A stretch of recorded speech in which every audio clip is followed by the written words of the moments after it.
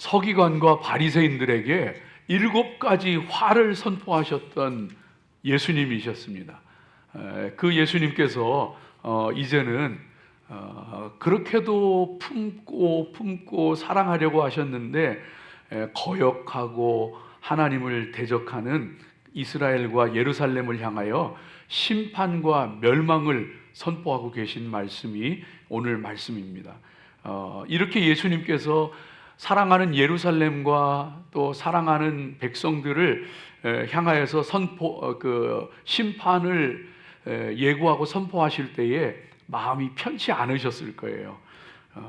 실제로 이 예언의 말씀은 그대로 이루어져서 예수님께서 십자가에서 죽으시고 그 후에 AD 70년에 로마 군대를 이끄는 티토 장군에 의해서 예루살렘은 완전히 완전히 함락되고 성은 불타고 돌 위에 돌 하나도 남지 않는 그런 일이 있게 되어졌던 것을 우리가 알고 있습니다. 뿐만 아니고 이제 앞으로도 최종적인 완성으로 하나님께서 이 땅을 심판하시고 하나님의 나라를 이루실 그때가 다가오는 것을 우리는 분명히 압니다. 저와 여러분 오늘 이 말씀을 통해서 함께 은혜 나누면서 특별히 예루살렘을 바라보셨던 그 예수님의 눈과 마음으로 우리를 돌아보는, 우리를 살펴보는 그런 그 은혜의 시간이 되기를 원합니다.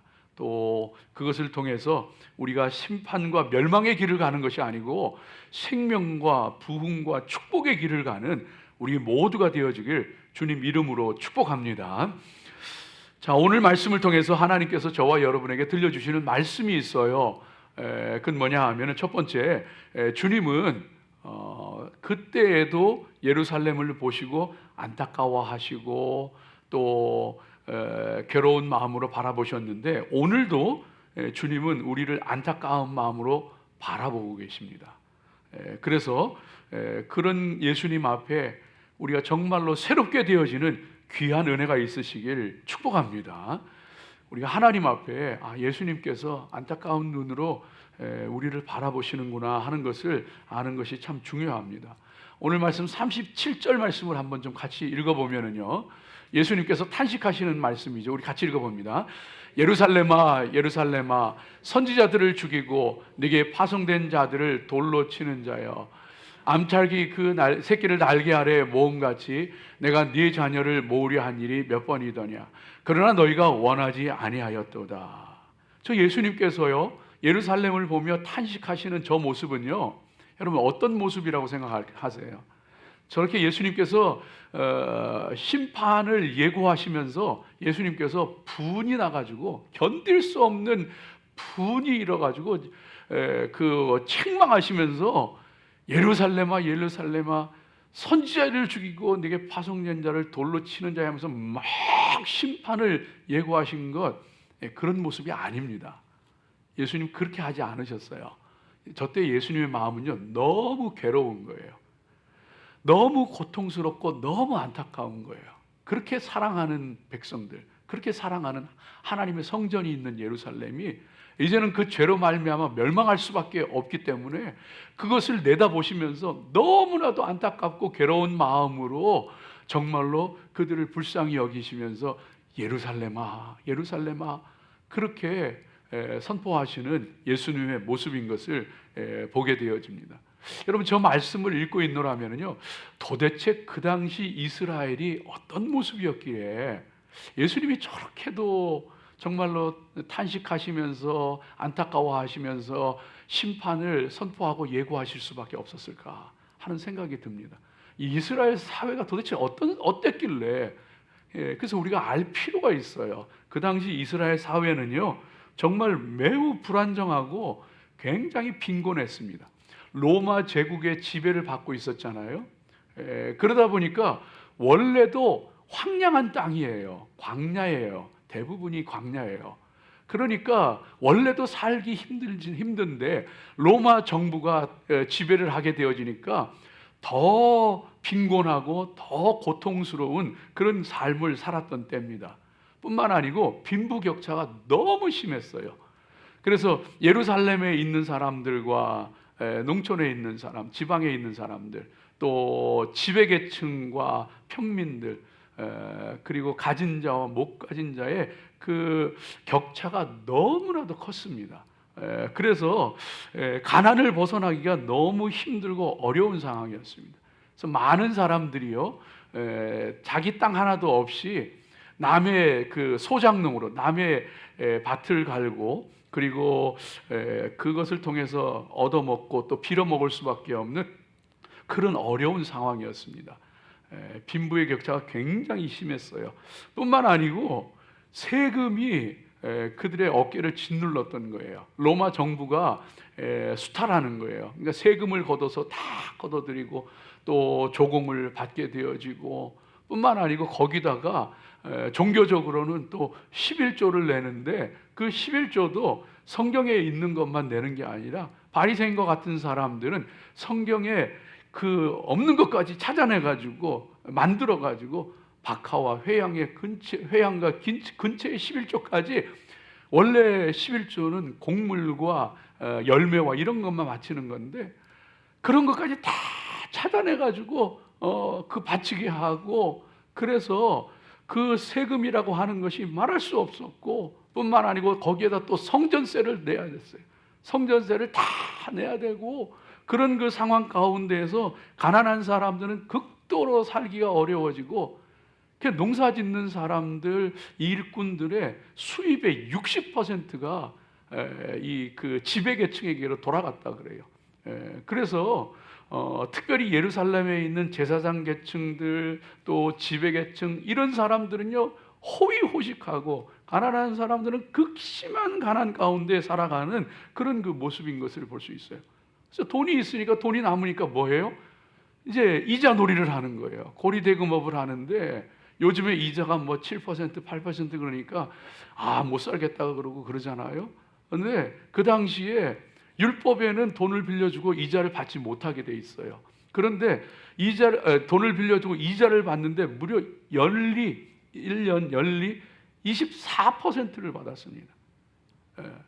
거의 뭐 그냥 수탈에 가네. 다 뜯어가는 거예요. 그래가지고 가난한 사람들이 어쩔 수 없이 돈을 빌렸는데 갚을 능력이 당연히 없지요. 없어서 빌렸는데 그건 먹고 나서 갚을 돈이 어디 있겠어요.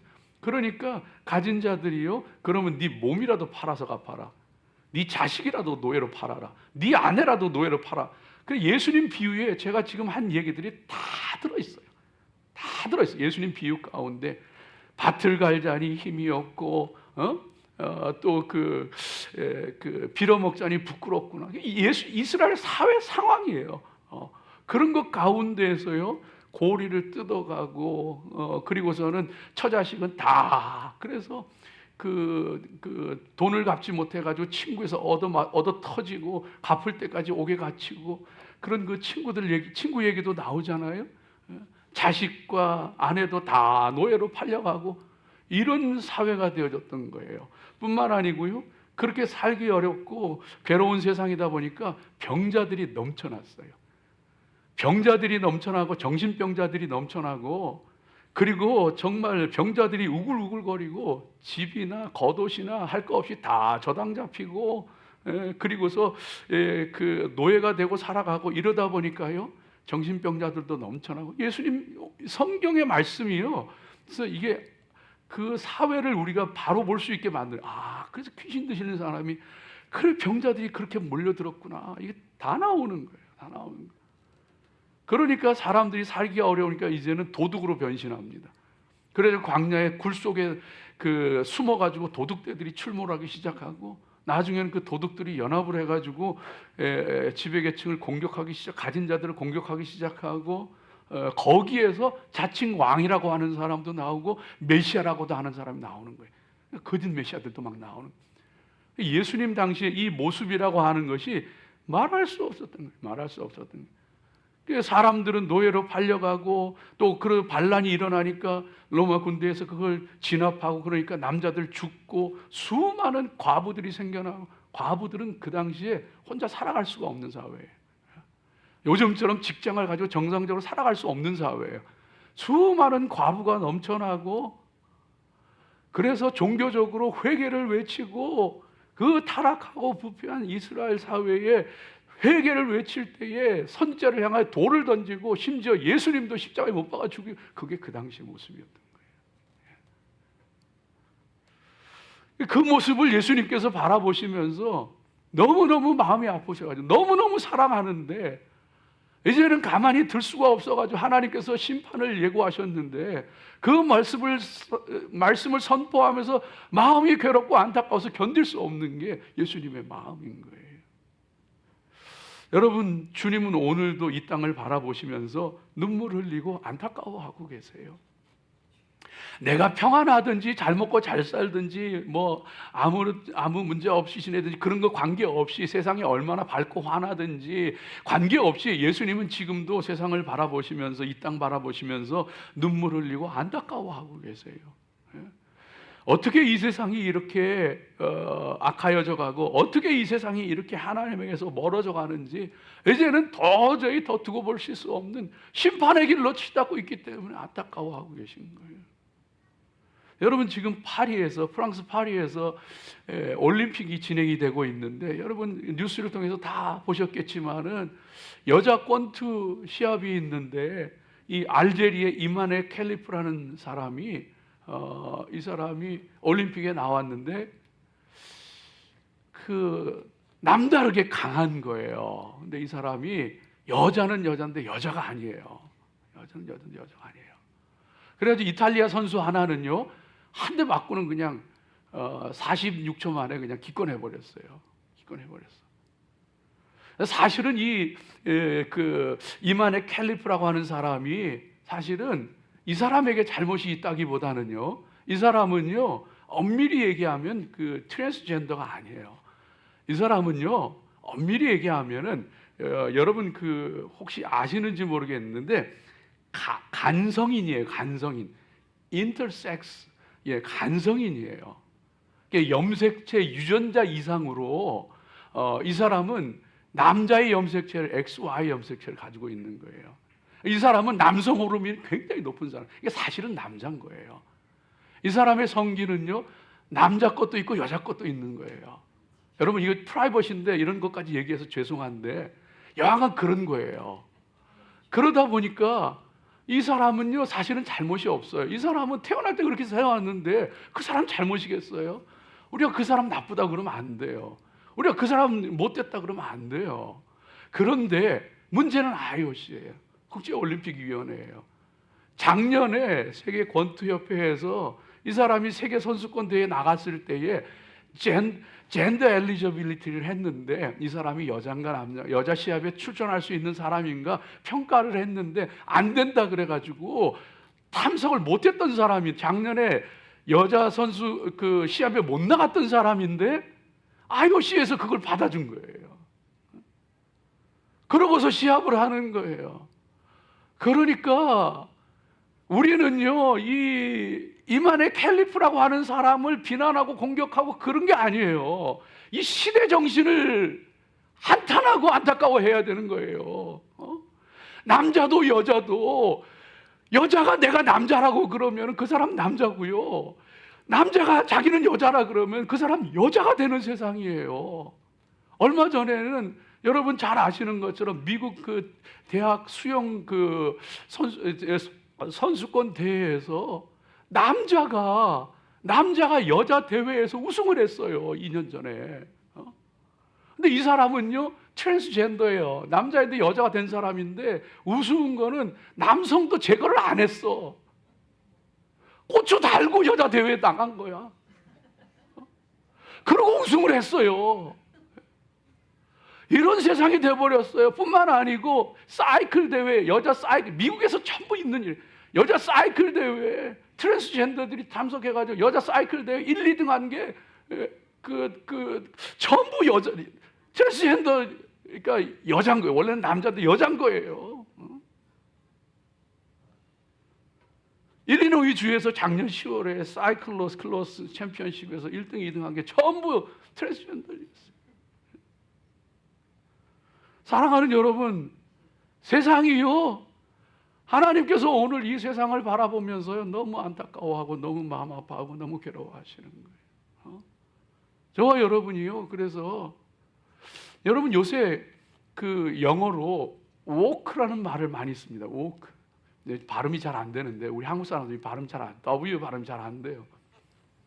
이거는 깨어있다는 거예요. 나는 깨어있는 사람이고, 나는 진보적인 사람이고, 나는 정말 편견도 없이 차별도 없이 정말 사람을 사람으로 평등하게 대하는, 나는 이런 멋진 깨어있는 사람이라는 뜻인데, 이 사람들이 하는 행위가요, 전부 가정, 뭐 남자 여자 그 같이 없어. 그건 구시대의 가정이고, 이제는 뭐 혼자 키우든 뭐 여럿이 키우든 둘이 키우든 뭐 어떤 결합으로 키우든 관계없다고 가족의 개념을 바꿔가고 있어요.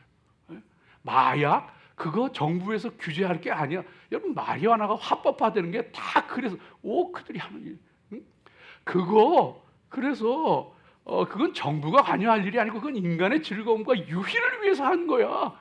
그래가지고 그거 합법화 시켜야 된다는 거예요. 그런데 정작 그런 일들, 그런 그 럭셔리 빌리프스라고 그럽니다. 럭셔리 빌리프스, 사치스러운 이상. 그것 때문에 누가 고통받는 거냐 하면은 힘없는 사람들, 일반 대중 사람들, 이런 사람들이요. 이런 사람들은 어린 아이들이 자라면서 마약에 한번 접하게 되면은 헤어나오지를 거의 못해요. 상류층에 있는 사람이요, 지금 이름 말하면은 누구든 알 수 있는 그 사람, 마약 파티 벌이면서 최고 부자라는 얘기 들으면서 그러고 살아요. 아이들은요, 가정이 깨어지면서 그 속에서 아이들은요,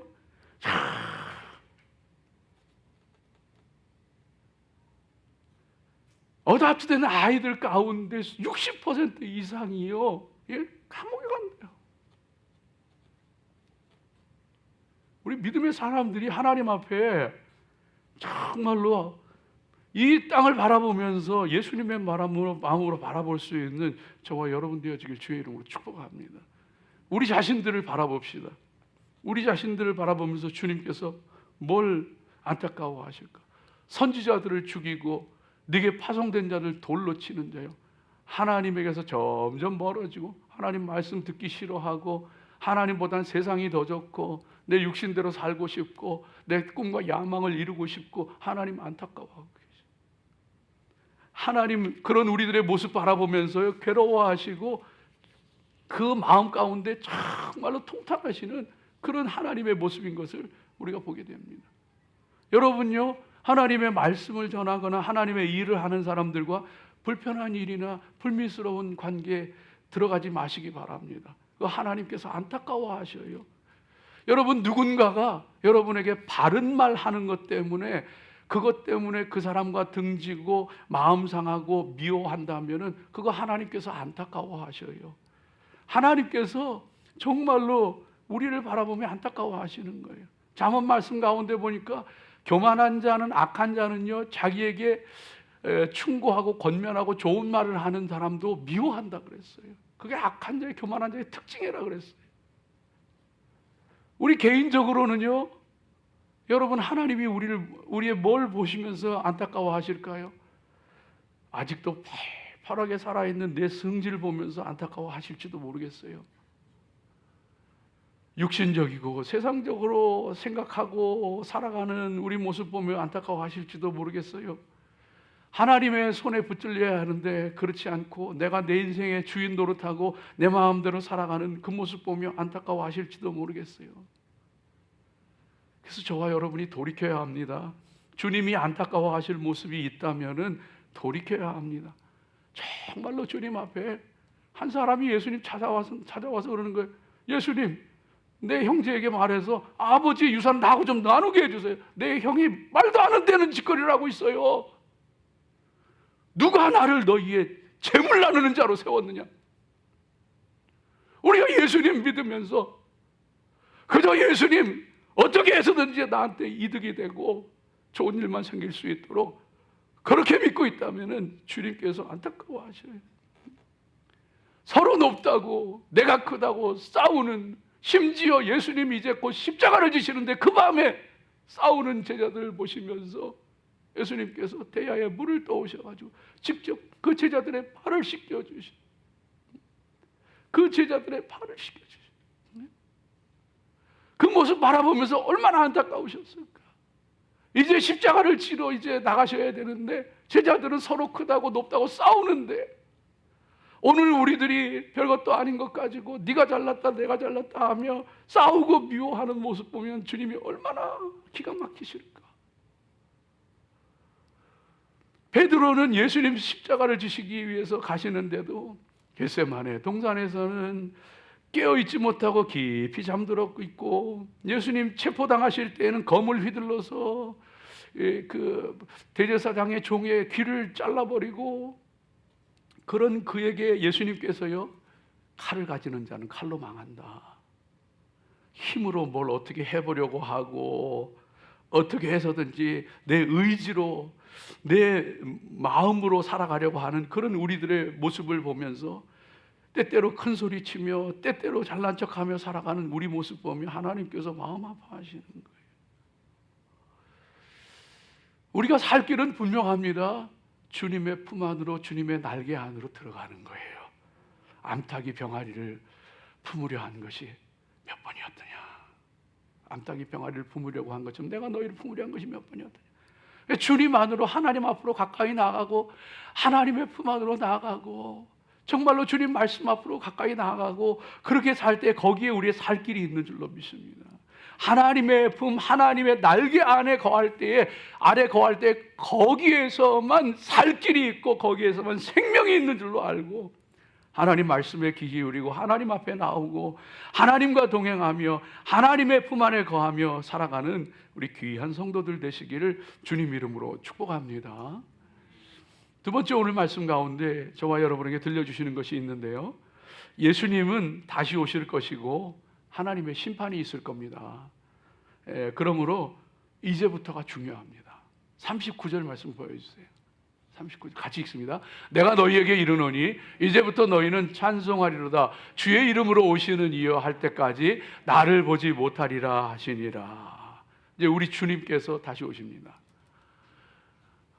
주의 이름으로 오시는 이여 할 때까지, 이제 주님께서 예루살렘 성에 들어갈 때에 아이들과 사람들이 호산나 다윗의 자손이여 하면서 주의 이름으로 오시느냐 하면 찬송했어요. 그것처럼 주님 다시 오실 때, 공중 재림하실 때에, 그때에 주의 이름으로 오시는 이여 하면서 믿는 자들이 들려 올라갈 것이요, 잠자는 자들도 살아날 것이요, 죽은 자들도 살아날 것이요, 그 주의 이름으로 오는 그 때가 반드시 온다는, 예수님 다시 오시는 때가 있다는 것을 우리 가운데 분명히 말씀해 주시고, 그러므로 이제부터 너희는, 그래서 지금부터가 중요합니다.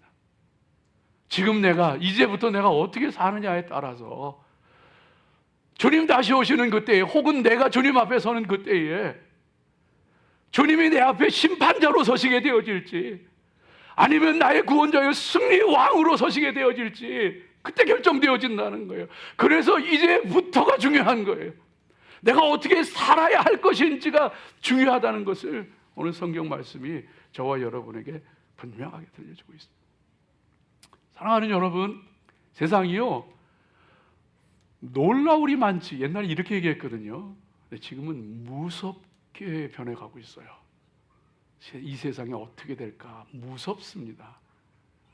우리가 인간이 만든 그 우주선이 우리가 살고 있는 이 별을 떠나가지고 뭐 화성도 넘고 뭐 천왕성, 명왕성 다 넘고 태양계 밖으로 날아가서 그 신호를 보내오잖아요. 보이저 2호가 신호를 보내오잖아요. 그러니까 이 근 우주, 니어 스페이스라 그러거든요. 근 우주는 이제 민간 기업들한테 맡겨요. 블루 오리진 같은 거, 스페이스 X 같은 거, 뭐 이런 데다 민간 기업들이, 한국도 마찬가지예요. 민간 기업들이 점점 근 우주는 이제 민간 기업들의 수준이 그렇게 돼가고 있어요. 인공지능이 얼마나 발달했는지요. 여러분 지난 주간에도 보셨겠지만은 이란의 수도 테헤란에서 하마스의 정치 지도자 하니아가요, 피살됐어요. 그 한이아가 피살됐는데 이란 쪽에서는 무슨 무기가 사용됐다, 서방 쪽에서는 무슨 무기가 사용됐다 그러는데 제가 보기엔 서방 측 말이 맞는 것 같아요. 그러니까 다 미리 파악해가지고 인공지능 원격 조종장치 폭탄이 설치가 되어 있었던 거예요. 박살났어요. 그 이전에 이란의 핵 과학자 사살할 때도요, 사람이 안 죽였어요. 차 한 대를 갖다 세워놨어. 이란 핵 과학자 핵심적인 인물 지나가는 길, 자주 다니는 길에다가 차 한 대를 그냥 갖다 놨어. 그 속에 인공지능의 기관총이 있었던 거예요. 그게 다 지나가는 거 보고서 나타났다. 그래가지고 그거 쏴가지고 19발인가 중에 17발이 맞았다 그러잖아요. 사람 없었어요 거기. 무서운 세상이에요. 무서운 세상이에요. 여러분 아세요? 이렇게 끔찍하게 무서울 정도로 발전하고 발달하는, 어디까지 갈지 두렵기만 한 이 인류 문명, 그러나 우리 믿음의 사람은 알아요. 우리 주님 다시 오십니다. 우리 하나님께서 심판하십니다. 아무리 세상이 바뀌어도, 아무리 눈부신 발전을 해도 우리 주님 다시 오시고 우리 주님 세상을 심판하셔요. 이거 믿고 살아가는 것이 성도들이에요. 근데 여러분, 이슬람도 예수님 믿어요. 이슬람도 예수님 믿어요. 이사라 그래요. 예수님 믿어요. 예수님 믿는데 예수님이 하나님의 아들, 우리를 위해서 죽으셨다 부활하신 거, 이건 안 믿어요. 그런데 승천한 것도 믿고 재림하는 것도 믿고 선지자인 것도 믿고 다 믿어요. 근데 예수님이 선지자라는 거 믿어요. 최고의 선지자로 믿어요. 마호메트 밑에야 최고의 선지자로 믿어요. 근데 죽을 때는 예수님이 죽은 게 아니고 가룟 유다가 대신 죽었다고. 예수님이 싹 바꿔치기 돼가지고 가룟 유다가 죽은 거예요. 죽었다고 믿어요. 그 예수님은 승천했다는 거예요. 승천했다는 거예요. 그리고 그 예수님이 다시 온다는 거예요. 재림한다는 거예요. 재림해가지고 어떻게 하느냐 하면은요, 이 사람들이 얘기하는 다잘이라는 게 있어요. 다잘.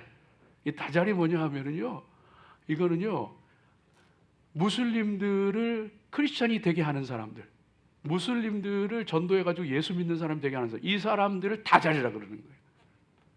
그러니까 예수님이 다시 오셔가지고 이 다잘을 다 죽이고, 교회하고 십자가 다 무너뜨리고, 크리스천들 다 죽이고, 크리스천들 다 무슬림으로 믿게 만들고, 그러고 죽는다는 거예요. 그 다음에 그 혼란스러운 세상, 다잘이 만들어 놓은 그 혼란스러운 세상 속에서 재림하신 예수님이 교회도 다 없애버리고 크리스천도 다 죽여버리고 크리스천들 무슬림으로 만들고, 그리고서는 이제 늙어서 죽는 거예요. 그 다음에 이제 최후의 그 세상이 끝이 와가지고, 그리고 심판한다는 거예요. 꾸란에 따라 산 사람은 구원 받는 거고, 꾸란을 믿어도 그 잘못 산 사람은 지옥 가는 거고, 이렇게 믿는 거예요. 여러분, 우리 믿음의 사람들이요, 우리 믿음의 사람들은 분명히 알아요.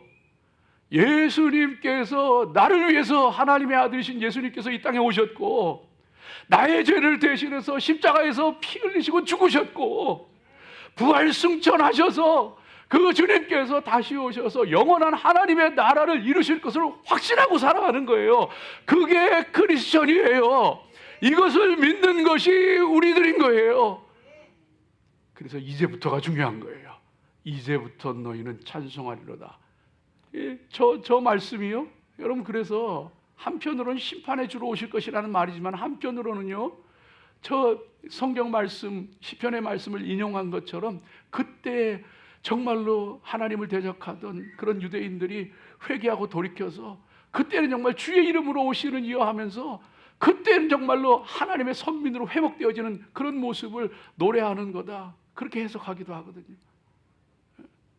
그러니까 심판자로 주님을 맞이할지 승리의 왕으로 주님을 맞이할지, 그건 우리에게 달렸는데 이제부터가 중요한 거예요. 정신 차려 바로 믿어야 되는 거예요. 정신 차려 믿음의 사람으로 살아야 되는 거예요. 하나님이 기뻐하시는 사람으로, 하나님이 원하시는 사람으로 세상 살아가는 데에, 이 세상 살아가는 데에 그때까지는 너희가 나를 보지 못하리라. 그러니까 지금은 우리가 주님을 보지를 못해요. 그래서 인생이 힘든 거예요. 우리 눈에 예수님은 안 보여요. 근데 사는 건 너무 힘들어. 괴로운 일도 많고 힘든 일도 많고 쓰러질 일도 많고 예수님은 내 눈에 안 보여. 예? 그때까지는 나를 보지 못하리라. 그러니까 괴로운 거 힘든 거예요. 그래서 이제부터가 중요한 거예요.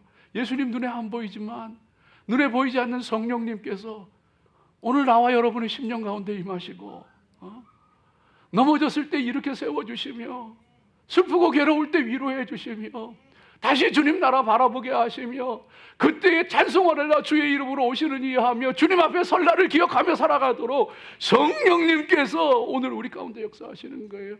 그래서 요한계시록 2장 3장 말씀 가운데 보면 끝까지 이기는 자에게는, 끝까지 견디는 자에게는 내가 승리의 면류관을 주리라, 내가 만국을 다스리는 권세를 주리라, 주님 말씀하시는 거예요. 끝까지 이기고 견디는 자에게는, 이기는 자와 끝까지 그 일을 지키는 자에게는 그에게 만국을 다스리는 권세를 주리니. 요한계시록 2장 26절, 고린도전서 13장 7절, 사랑은 모든 것을 참으며 사랑은 모든 것을 믿으며 사랑은 모든 것을 바라며 사랑은 모든 것을 견디느니라.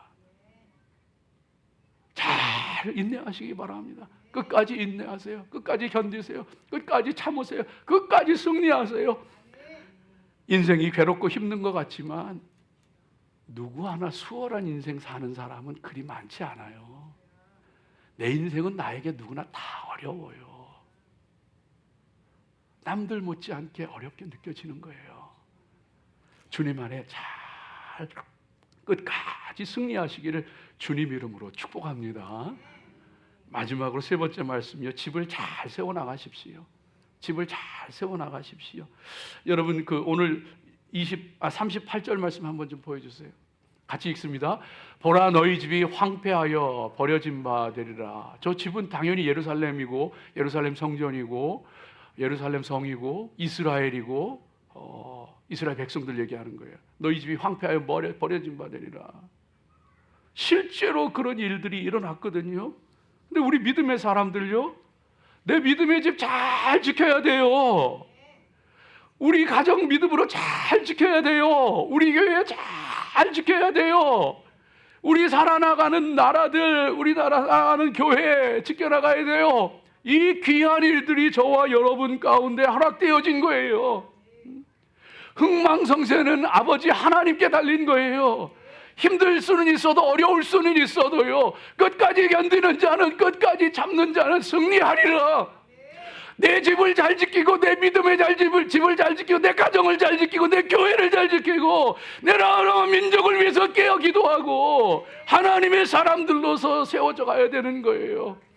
시편 127편 1절이 들려주시는 것처럼 여호와께서 집을 세우지 아니하시면 세우는 자의 수고가 어때며 여호와께서 성을 지키지 아니하시면 파수꾼의 경성함이 어사로다. 우리 힘으로 되는 게 아니에요. 내 마음대로 내 뜻대로 되는 게 아니더라고요. 인생 내 마음대로 되지도 않고 내 뜻대로 되지도 않아요. 그렇기 때문에 내 힘으로 안 될 때, 내 뜻대로 안 될 때, 빈손으로 걸을 때, 그때가 하나님의 때고, 그때 주가 일하실 때고, 그러기에 더 하나님 의지해야 되고, 그때 하나님께서 세우시는 거예요. 내가 내려놓을 때 하나님이 일하시더라고요. 내가 내려놓을 때 하나님이 일하시더라고요. 내려놓는다는 거는요, 여러분 다른 말로 하면은 하나님, 제가 할 수 없네요. 도저히 어쩔 수 없네요. 내가 하나님께 맡깁니다. 기도하는 거예요. 아무것도 할 수 없어서, 아무것도 어쩔 수 없어서, 내 힘으로 되지도 않고 뜻대로 되지도 않아서 하나님께 모든 거 맡깁니다. 기도하는 거, 그게 하나님께 맡기는 거예요. 그럴 때 하나님 역사하셔요. 그때 하나님이 일하셔요. 요나가 물고기 뱃속에서 아무것도 할 수 없을 때, 도저히 어떤 것도 할 수 없을 때 하나님 앞에 하나님을 찬양하며 기도합니다. 그때 하나님께서 그 큰 물고기로 하여금 토해내게 하시는데, 바닷속에서 토해냈어 봐요. 어떻게 되나? 빠져 죽는 거지. 토하면 뭐 하겠어요? 육지에 토해내는 거야. 육지에 태워 살려주시는 거예요. 내가 내려놓을 때 하나님 역사하시고 하나님 일하시더라고요. 철학자 가운데 니체라고 하는 사람, 저희 신학교 다닐 때 선생님이 그렇게 가르쳐 주시더라고요. 니체는 신이 죽었다고 선언했다. 그 죽었다는 신은 인간이 나약해가지고 힘들고 어려울 때 하나님 도와주세요, 하나님 살려주세요, 하나님 의지합니다 하면서 붙잡던 그 하나님은 죽었다 선포했어요. 그리고 우리는 알아요. 내가 아무것도 할 수 없을 때, 정말로 어찌할 수 없을 때, 그때 하나님 부르고 하나님 찾을 때에 그때 그 신비가 나타나는데, 눈에 안 보이던 하나님이 시퍼렇게 살아계시고 그 하나님이 내 인생 가운데 역사하시고, 내가 죽으면 죽을수록 내려놓으면 내려놓을수록 하나님은 더 분명하게 보이고 더 강하게 역사하시고, 이 놀라운 신비를 보여주시더라고요. 내가 죽을 때, 내가 내려놓을 때 하나님이 일하기 시작하시더라고요. 말씀 버리면 집이 황폐하게 돼요. 믿음 버리면 집이 황폐하게 돼요. 하나님에게서 멀어지면 집이 황폐하게 돼요. 내 마음대로 살았던 것, 잘못 살았던 것, 말씀 없이 살았던 것 다 회개하고 주님 의지합시다. 주님 바라보며 주님께 맡기고 주님께 내려놓고 주님 앞에 나의 믿음의 집도, 내 가정도, 우리 교회도, 이 미국도 한국도 하나님 앞에 귀하고 아름답게 세워져 가기를 주님 이름으로 축복합니다. 기도하겠습니다. 하나님 감사합니다. 우리 힘으로 할 수 없지만 우리가 주의